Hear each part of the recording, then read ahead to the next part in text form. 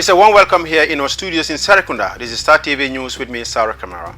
In the headlines tonight, President Mballow assures that the health sector is on full alert to deal with any mass outbreak of COVID-19 in the Gambia. Senegalese army crosses borders, sparks outrage. CRC draft constitution is meant to favor lawyer Ousainou Darboe, says Saihou Mballow. On the international scene, Senegal eases COVID-19 restriction as food crisis looms. UK Prime Minister Boris Johnson back top 8 after lockdown revelation. Russian fighters flown out of western Libya after Haftar retreat. Those were the headlines, and now the news in detail.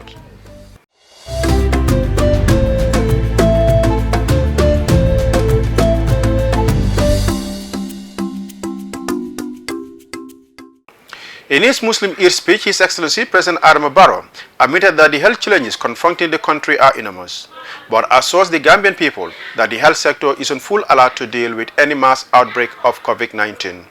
Darboe Cham has rest of the details. The President said, "It is evident that no matter what the scale of pandemic turns out to be, it will adversely affect lives and livelihood. Although he is confident that the fate of the people has been strengthened adequately to face the harsh realities of life, and that our inner strength has been fortified sufficiently for us to pursue our socio-economic development aspiration as a united people." He promised his government takes full responsibility to address the COVID-19 pandemic by continuously reviewing their policy to accommodate the reality of the times, while assuring due accountability and transparency. He said he advised that it is vital that everybody take the coronavirus seriously, complying with all necessary measures in home, workplaces and public places to prevent the content it spread. Although the number of confirmed coronavirus cases is rising minimally in the country, he also calls on youths to play their role. We cannot determine how long it will take to restore normalcy and carry on with our usual socio-economic and political engagements. Yet, we need to plan and prepare for life after COVID-19. This requires pulling together as a nation, staying focused, and recommitting ourselves to the principles of selfless service and good citizenship. We must be proactive, but realistic enough to squarely redefine our goals and devise appropriate strategies. Each country has now learned the lesson that in situations of global pandemics or calamities, attention must be focused on continual policy review, flexibility and fiscal discipline. Most importantly, for both social and economic reasons, innovation and adaptation must be linked for the survival of the people. This is where creativity and positive use of our energy come into play. At the regional level, the President said his government is working through ECOWAS to strengthen regional strategies to combat the virus. At the presidedly virtual Heads of State and Government Summit held in April 2020, in which President Muhammadu Buhari of Federal Republic of Nigeria was selected as champion for the ECOWAS fight against COVID-19. Others highlight the seriousness that the region attached to protecting our people. President Barrow said it is sad that this year, Muslims all over the world has to do their religious activities with restrictions due to the fight against the deadly coronavirus. This is one of the saddest periods in our history, as Muslims had to observe the holy month with restrictions that deprive them of the freedom to move freely or congregate in their places of worship, including the holy sites in Mecca and Medina. In this light, the registered and record special appreciation and recognize to the religious scholars and leaders for complying to the regulation of the state of emergency and the measures adopted to protect the people from the pandemic. Looking forward to the rainy season, he also encourages all farmers to consult with the personnel of Ministry of Agriculture for advices, because this year his government has assured that fertilizer is available on time. Reporting for Star TV News, I am Darboe Cham. On Wednesday, Senegalese soldiers found themselves in Gambian territory towards the village of Sare Omar near the border with Casamance. The scene was filmed by residents of the village who gathered around the soldiers to tell them that they were in the Gambia and that they had nothing to do there. Posted on social network, the video sparked outrage. More in this report with Jacqueline Colley. Lack of respect, an attack on the sovereignty of the Gambia, a provocation. Here are some reactions collected on social media after the dissemination of several videos showing the Senegalese forces lost in Gambian territory. The soldiers were armed, helmeted and moved in at least 3 vehicles, one of which is an armored vehicle. The Senegalese army spokesman speaks of a minor incident. One of the army units was indeed lost in Gambian territory during a patrol, he specifies. The border is an area of timber and drug trafficking, which explains these military patrols. But the Senegalese incursions into the Gambia were badly lived, and it is the 3rd incident of its kind in 6 months. Last March, the Senegalese gendarmerie opened fire in the Gambia to apprehend an individual. Major Lamin K. Sanyang, the spokesperson of the Gambia Armed Forces, confirmed the video. The High Command of the Gambia Armed Forces immediately deployed troops to Sare Omar village with a view of finding out what has happened, as it was alleged that the Senegalese troops had illegally entered Gambia. What I can confirm is that we are aware of the development, and what we did was to immediately instruct the commanding officer of 2nd Infantry Battalion of Farafenye, Colonel Timothy Sanyang, to investigate the matter and get back to the High Command in Banjul on what exactly happened in Sare Omar village.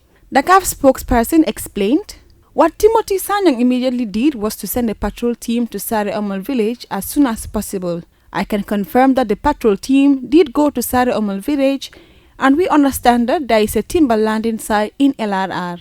During the course of interaction between the Gambian troops and the communities of Sare Omar village, he said, they got information that Senegalese Armed Forces personnel with 3 pickup vehicles and 1 armored personnel carrier with about 20 to 30 personnel who posted in 1 guard post in Amdanlai crossed the border and entered the Gambian territory. He said the Senegalese soldiers claimed to be on routine patrol around the border and that they were kind of lost and find their way into the village. So that was when the village youth as well as other members of the community asked them to leave, and the Senegalese forces agreed and left Sare Omar. Sanyang maintained that this has nothing to do with the hot pursuit agreement that the Gambia has signed with the Senegalese government sometime in 2017. Jacqueline Colley, reporting for Star TV News. The Assistant Presidential Youth Advisor, Saihou Mballow, has expressed dissatisfaction on the newly drafted constitution by the Constitutional Review Commission, stressing that the constitution is meant to favor United Democratic Party Secretary General lawyer Ousainou Darboe. Saihou Mballow made these claims during an exclusive interview with Star TV. Modu Elbaji has rest of the details. The Constitutional Review Commission was established by an Act of Parliament in 2018 to draft a constitution that will serve the aims and aspirations of the Gambian people by the Barrow's administration. But since this newly drafted constitution was presented, it has faces a lot of criticism. The Deputy Youth Advisor to the President, Saihou Mballow, reacted on the newly drafted constitution, alleging that it is carved to favor Ousainou Darboe, adding that he is very flabbergasted with the CRC's chairman for inserting what he described as things that does not go with constitutionality in any parts of the world. According to the 1997 Constitution, somebody who is convicted, who is an ex-convict, cannot contest for presidential elections in this country. Okay. I have no problem with that. But they have revised it in this Constitution, 1997, in this Constitution that is about to come into effect. If you look at Section 94 of the new Constitution, Section 2C, they said that now it will not apply to somebody who was pardoned, given amnesty by the president of the country. We all know. I cannot beat about the bush. I will tell you, Ousainou Darboe was convicted by the president, by the former government. We all know that. In this court, he appealed. His appeal was turned down. He tried all means to try to maneuver and get out of it. He couldn't. Now, I can say, seeing that clause there, it is purely meant for Ousainou Darboe to free him from that predicament. That's why they brought it there. That's the fact.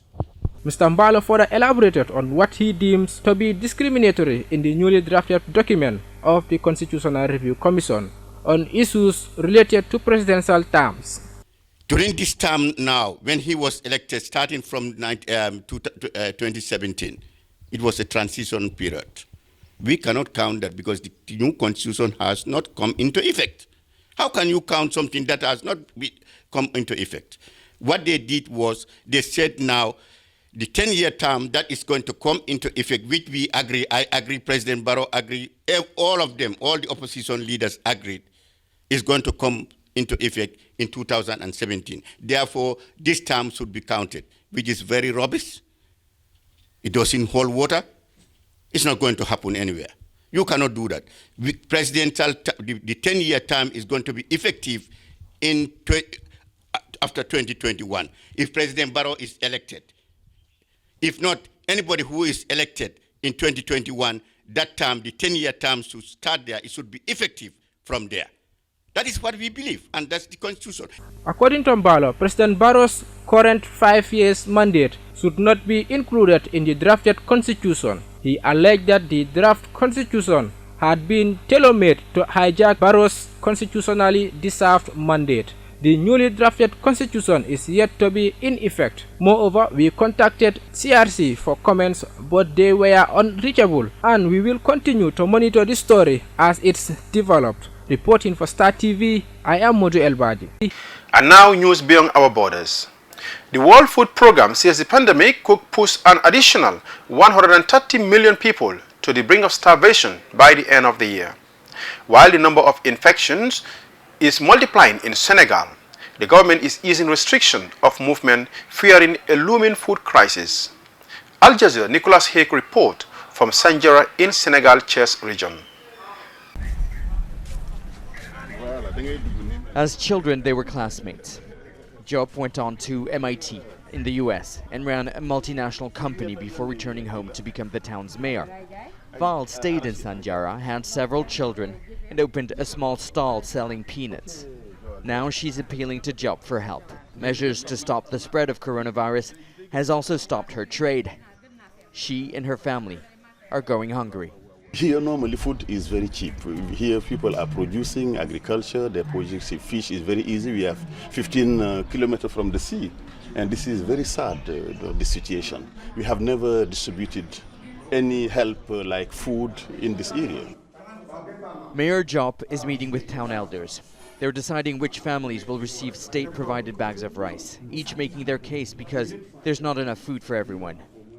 No one has been infected with the virus here yet, but people are suffering from the virus's economic impact. This is one of the largest markets in Senegal. People come here for food, vegetables, meat. Look at it now, it's been like this for weeks. People here are shaken by a virus many of them hadn't heard of, coming from China, now impacting their lives here deep in Senegal's countryside.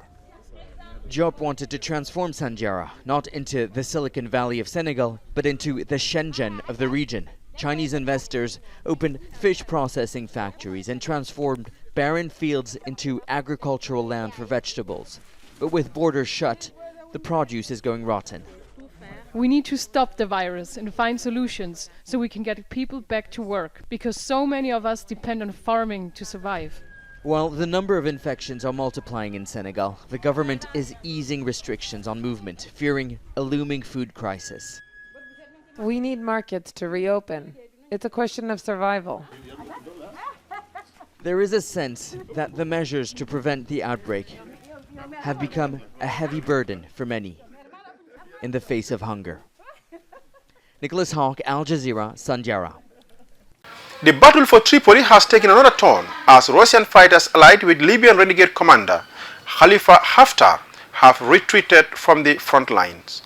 Haftar forces have been trying to capture the capital for 13 months, but they have suffered a string of defeats in recent fighting against the UN-recognized government, which is supported by fighters from Turkey.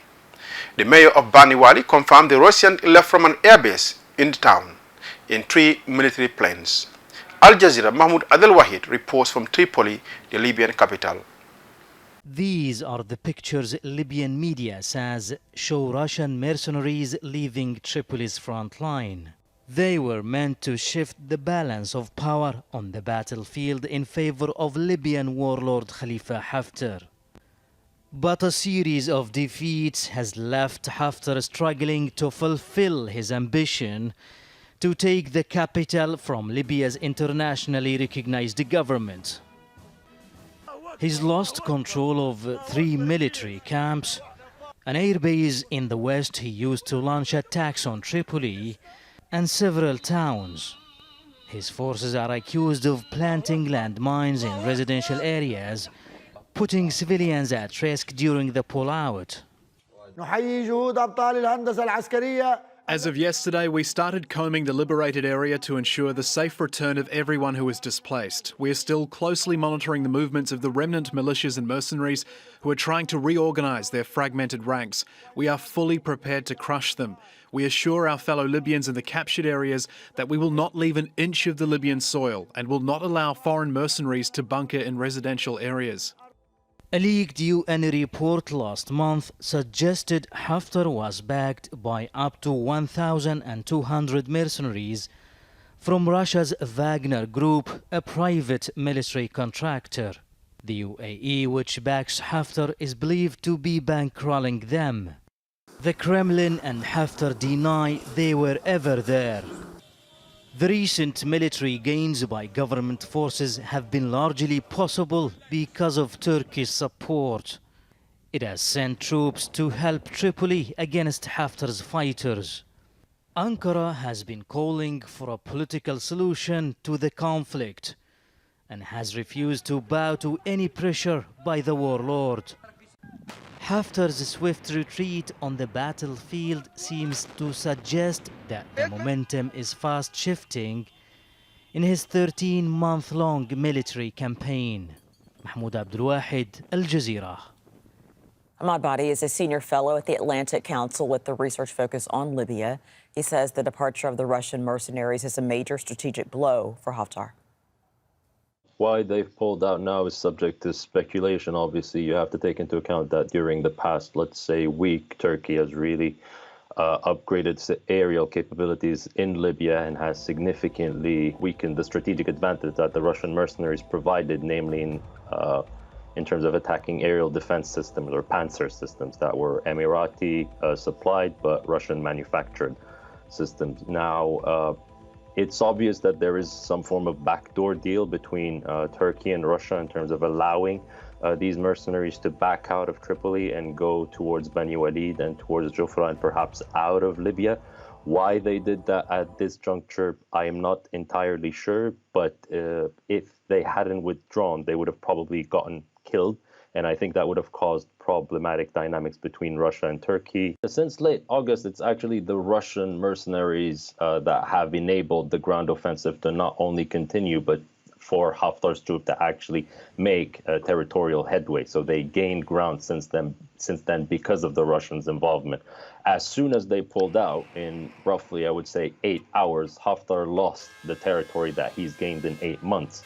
That's how much of a strategic military advantage these groups or the Russian groups provided him. Now, that doesn't mean that the war has ended, but it does mean that in terms of capturing Tripoli, let's say, I don't think that it's realistic to assume that that will be possible if the, let's say, backers of Haftar do not significantly escalate against Turkey. It's also worth noting that before pulling out, they significantly, let's say, put IEDs, improvised explosive devices around Tripoli, which points to the fact that they do not intend to be the attacking force again, because they'll be, let's say, affected by their own mines that they planted.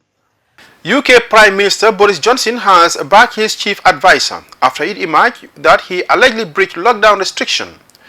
Dominic Cummings travels from London to northeast England at the end of March, while suffering from coronavirus symptoms.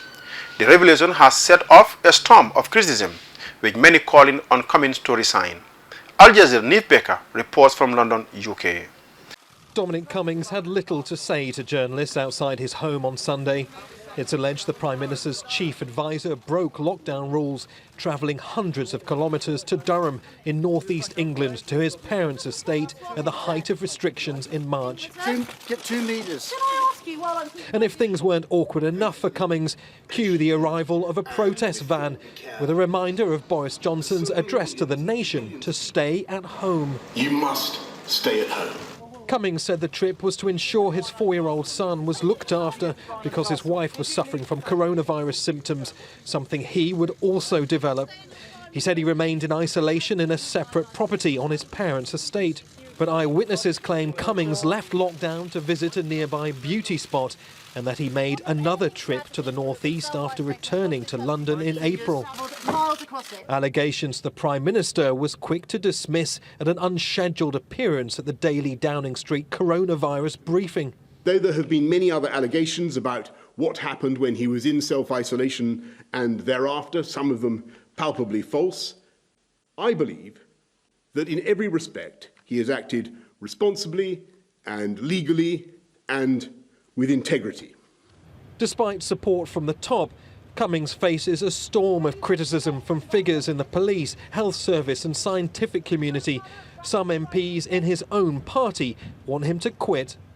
I think his position is untenable. It's because of Dominic's slogans around these rules that mums and dads, grannies and grandpas across the country will have felt that they had to stay at home if COVID got into their families. And of course, they too care about their children, but they knew they must stay at home for 7 days for the first person, 14 days for the others. And now it turns out they could have been driving around the country with symptoms. This isn't just a story about one man. This is about faith in a government that sets rules and regulations, demanding self-discipline and sacrifice of people.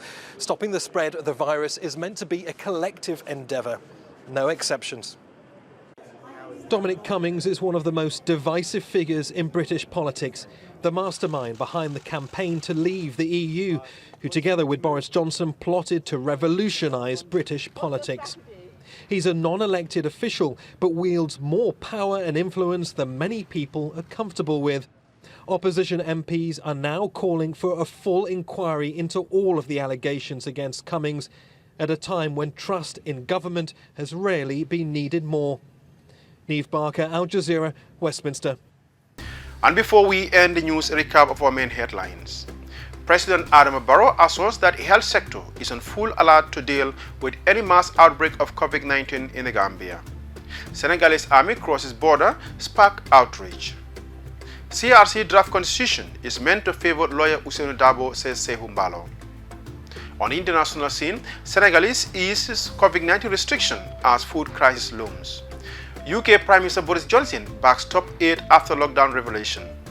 Russian fighters flown out of western Libya after Haftar retreat. That's all for this edition of the news. Please enjoy the rest of our programs and join us tomorrow for more news. Thank you.